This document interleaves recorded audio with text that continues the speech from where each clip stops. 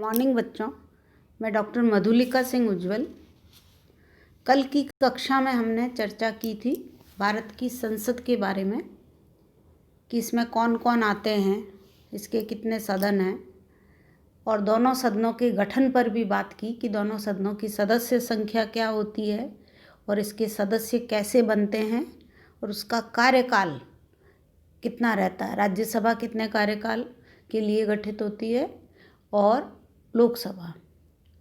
आज हम बात करेंगे दोनों सदनों के बारे में बात करने से पूर्व, राज्यसभा और लोकसभा के बारे में बात करने से पूर्व बच्चों, कि भारत की संसद को जो कार्य और शक्तियाँ प्राप्त हैं उनके बारे में, कि भारत के संविधान ने भारत की संसद को जो कार्य करने की शक्तियाँ प्रदान की है वो इस प्रकार से है बच्चों।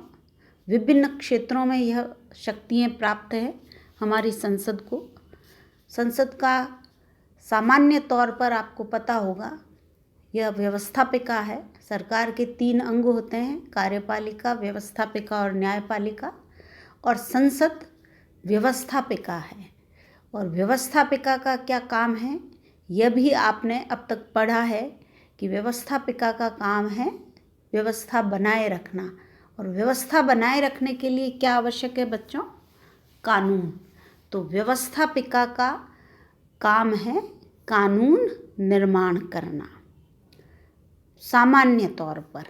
अब हम देखेंगे कि विभिन्न क्षेत्रों में भारत की संसद को, भारतीय पार्लियामेंट को किस प्रकार के कार्य करने की शक्तियाँ प्राप्त हैं।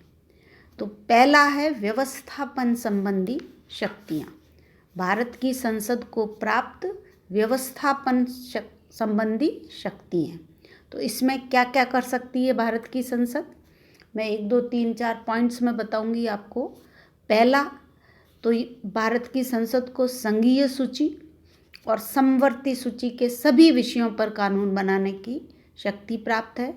दूसरा, सभी संघीय क्षेत्रों के यानी सभी केंद्र प्रशासित जो क्षेत्र हैं उनके लिए भी संसद को सदैव ही सभी विषयों पर कानून बनाने की शक्ति प्राप्त है।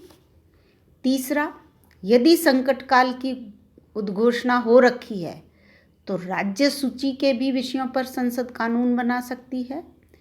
चौथा, कि यदि 2 या 2 से अधिक राज्य के विधानमंडल, 2 या 2 से अधिक राज्यों की विधानसभाएं इस प्रकार का प्रस्ताव पास करे कि संसद किसी विषय पर कानून बनाए, यानी 2 या 2 से अधिक राज्यों की विधानसभाएं संसद से प्रार्थना करे कि वो किसी विषय विशेष पर कानून बनाए, तो भी संसद उस पर कानून बना सकती है।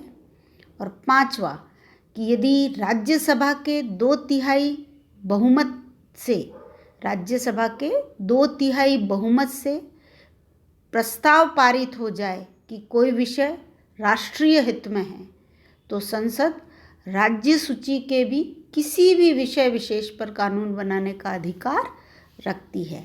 तो ये तो हुई व्यवस्थापन संबंधी शक्तियाँ संसद की। अब हम आते हैं उसकी वित्तीय शक्तियों पर, यानी वित्तीय क्षेत्र में भारतीय संसद को कौन कौन सी शक्तियाँ प्राप्त हैं या वह कौन कौन से कार्य करती है। तो इसको भी मैं पॉइंट्स में बताती हूँ बच्चों, ताकि आपको समझने में और आपको लिखने में भी आसानी हो। पहला, कि भारत की संसद का जो संघीय वित्त है उस पर पूरा नियंत्रण है। संघीय वित्त पर भारतीय संसद का पूर्ण नियंत्रण है। और दूसरा, सभी कर संबंधी प्रस्ताव, जितने भी कर संबंधी प्रस्ताव और अनुदान की मांगें हैं वो संसद द्वारा स्वीकृत होने के बाद ही प्रभावी होती है। तीसरा, कि संसद की स्वीकृति के बिना सरकार को राष्ट्रीय वित्त से खर्च का कोई अधिकार नहीं है। और चौथा, जो संसद की प्राक्कलन और लोक लेखा समिति है जो कि वित्तीय क्षेत्र में काम करती है, की नियुक्ति करने का और साथ ही नियंत्रक और महालेखा परीक्षक के प्रतिवेदन पर विचार करने का, जो वार्षिक प्रतिवेदन महालेखा नियंत्रक प्रस्तुत करता है, उस पर विचार करने का और उस पर कार्रवाई करने का अधिकार भी संसद को वित्तीय क्षेत्र में प्राप्त है। अब हम आते हैं उसकी कार्यपालिका शक्तियों पर कि संसद को जो कार्यपालिका शक्तियाँ प्राप्त हैं बच्चों, वो इस प्रकार से है। क्योंकि आपको सबको पता है कि भारत में संसदात्मक प्रणाली अपनाई गई है और ऐसे में मंत्रिमंडल पूरी तरह से संसद के प्रति उत्तरदायी रहता है। इसके क्या मायने हुए? यानी मंत्रिमंडल केवल उसी समय तक सत्तारूढ़ रह सकता है, शासन सत्ता में रह सकता है, जब तक कि उसको लोकसभा में विश्वास मत प्राप्त है। ऐसे में संसद अनेक तरीकों से कार्यपालिका पर, यानी जो मंत्रिमंडल है उस पर नियंत्रण रखती है। वो कौन कौन से तरीके हैं बच्चों जिससे कि संसद कार्यपालिका या मंत्रिमंडल पर नियंत्रण रखने का काम करती है?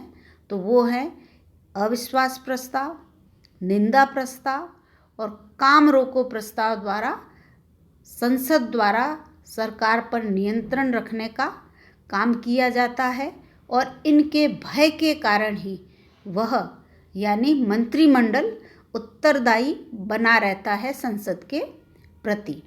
साथ ही संसद के सदस्यों को मंत्रियों से सरकारी नीतियों के संबंध में प्रश्न पूछने, पूरक प्रश्न पूछने का भी अधिकार है और इनके आधार पर या इनके माध्यम से वे सरकार की आलोचना भी कर सकते हैं।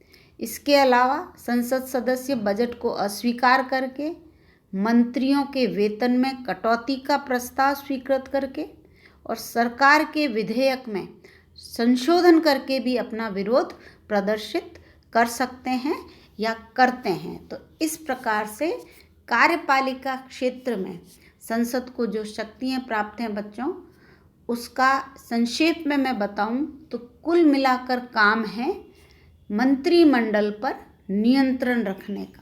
और वो कौन कौन से तरीके हैं उनको हमने अभी डिस्कस किया है। अब चौथी जो शक्तियाँ प्राप्त है संसद को, वह है राज्यों से संबंधित शक्तियाँ।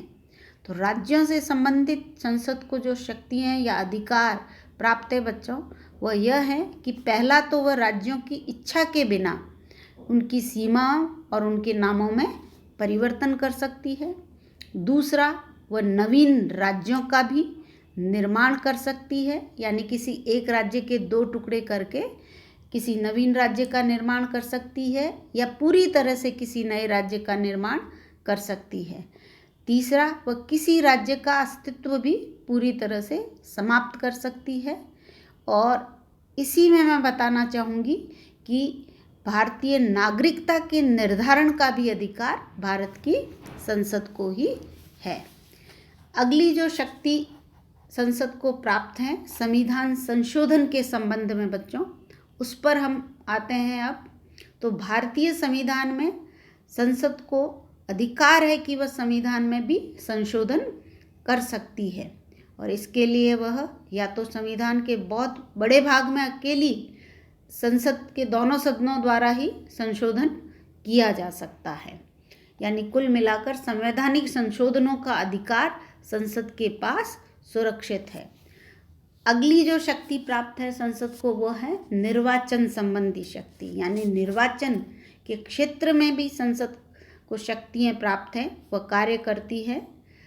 तो वो कौन से हैं बच्चों? कि संविधान के आर्टिकल 54 के अनुसार संसद के दोनों सदनों के निर्वाचित सदस्य, ध्यान से सुने, संसद के दोनों सदनों के निर्वाचित सदस्य राष्ट्रपति के निर्वाचन के लिए जो गठित निर्वाचक मंडल है, जिससे कि राष्ट्रपति का चुनाव होता है या निर्वाचन होता है, उसके अंग होते हैं।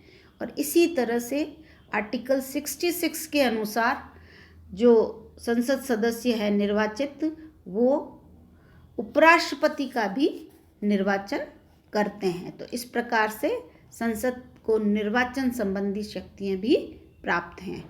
अगली शक्ति की बात करें तो वह है महाभियोग का अधिकार, यानी महाभियोग लगाने की शक्ति भी संसद को प्राप्त है। वो कैसे बच्चों कि संसद के दोनों सदनों द्वारा एक निर्धारित विशेष प्रक्रिया के आधार पर भारत के राष्ट्रपति पर महाभियोग लगाया जा सकता है और साथ ही उच्चतम और उच्च न्यायालय के न्यायाधीशों पर भी महाभियोग लगाने और उन्हें पद से हटाने का प्रस्ताव संसद द्वारा पारित किया जा सकता है। तो इस प्रकार से भारत की संसद को विभिन्न क्षेत्रों में जो कार्य करने की शक्तियाँ प्राप्त हैं बच्चों, इसके बारे में हमने अभी चर्चा की, इसके बारे में हमने अभी पढ़ा। यहाँ पर मैं आपको अंत में यह बताना चाहूँगी कि भारत की संसद को संविधान के कारण कई बार रुकावट पैदा होती है कार्य करने में, तो उसको संविधान में संशोधन की जो शक्ति प्राप्त है वह शायद सबसे महत्वपूर्ण शक्ति प्राप्त है बच्चों। लेकिन यहाँ पर मैं यह भी बताना चाहूँगी आपको कि संसद को यह अधिकार नहीं है कि वह संविधान के मूलभूत ढांचे को बदल दे, उसमें परिवर्तन कर दे या उसे नष्ट कर दे। यानी संविधान संशोधन की आवश्यकता परिस्थिति के हिसाब से संविधान में संशोधन का अधिकार तो भारत की संसद को दिया गया है, परंतु संविधान की सर्वोच्चता को ध्यान में रखते हुए यह भी व्यवस्था है कि संसद कोई भी संवैधानिक संशोधन नहीं कर सकती जो भारत के संविधान के जो मूलभूत ढांचे हैं उसमें परिवर्तित कर दे, उसके प्रतिकूल है उसको बदल दे या उसको नष्ट कर दे। तो इस प्रकार से बच्चों आज की कक्षा में हमने भारत की संसद की शक्तियों के बारे में चर्चा की। अब अपनी अगली कक्षा में हम राज्यसभा और लोकसभा की जो कार्य और शक्तियाँ हैं उस पर चर्चा करेंगे। तो थैंक यू बच्चों।